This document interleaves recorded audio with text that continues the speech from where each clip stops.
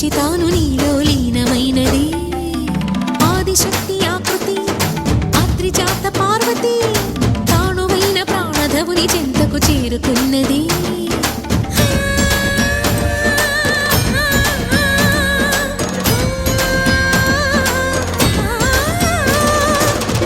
భువికి తరలించేలా ధరణి దివిని తలపించేలా